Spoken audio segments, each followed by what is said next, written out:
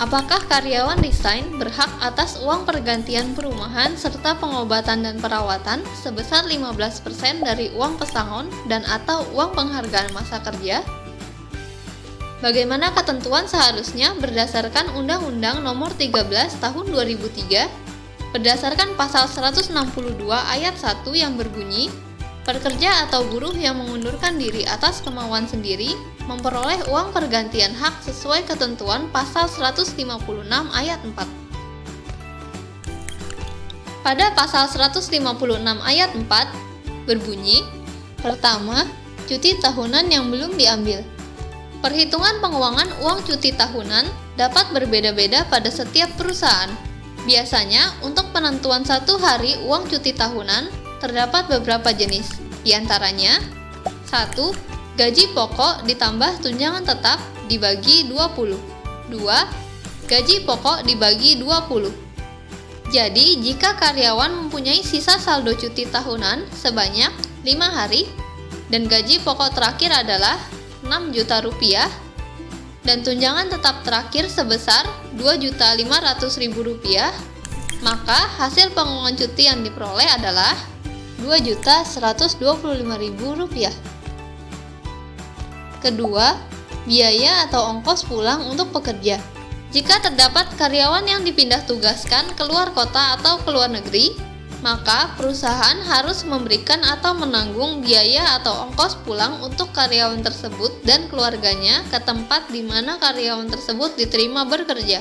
Ketiga, uang pengganti perumahan serta pengobatan dan perawatan.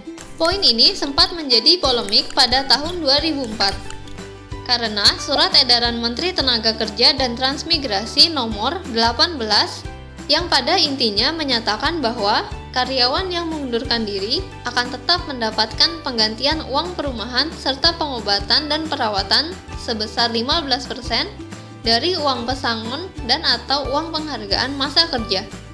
Lalu, 1 tahun kemudian, disanggah oleh Surat Edaran Nomor B.600 yang dikeluarkan Menteri Tenaga Kerja dan Transmigrasi baru, yang menegaskan bahwa karyawan yang mengundurkan diri tidak mendapatkan penggantian perumahan serta pengobatan dan perawatan karena yang bersangkutan tidak mendapatkan uang pesangon ataupun uang penghargaan masa kerja.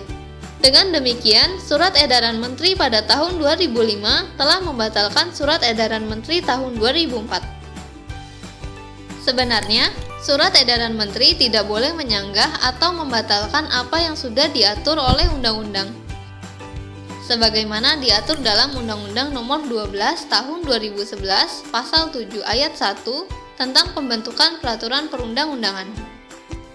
Jika kembali melihat Undang-Undang Nomor 13 Tahun 2003 Pasal 162 Ayat 1, pada pasal tersebut tidak disebutkan bahwa pekerja atau buruh yang mengundurkan diri atas kemauan sendiri berhak juga atas uang pesangon dan atau uang penghargaan masa kerja. Sehingga jika dimasukkan ke dalam rumus uang pengganti perumahan serta pengobatan dan perawatan, jadi pekerja atau buruh yang mengundurkan diri atas kemauan sendiri tidak akan mendapatkan uang penggantian perumahan serta pengobatan dan perawatan. Keempat, hal-hal lain yang ditetapkan dalam perjanjian kerja. Jika dalam perjanjian kerja, peraturan perusahaan atau perjanjian kerja bersama mengatur ketentuan atau kompensasi pekerja atau buruh yang mengundurkan diri atas kemauan sendiri, maka perusahaan harus memenuhi kesepakatan tersebut. Selain mengundurkan diri atas kemauan diri sendiri, ada 12 jenis pemutusan hubungan kerja yang sudah diatur di dalam undang-undang dengan perolehan hak yang diperoleh.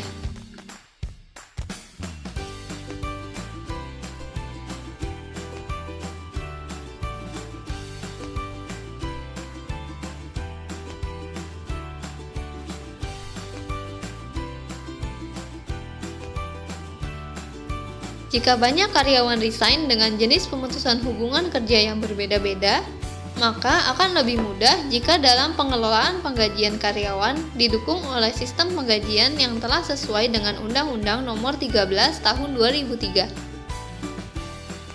Dalam sistem penggajian, karyawan resign akan diinput ke dalam transaksi resignation. Pada transaksi resignation, jenis pemutusan hubungan kerja yang tersedia sesuai dengan undang-undang. Setelah memilih tanggal akhir karyawan bekerja, maka lama masa kerja karyawan akan tampil. Pada bagian addition dan deduction adalah nilai dari setiap hak yang akan diperoleh karyawan. Bagaimana dengan sistem penggajian Anda sekarang?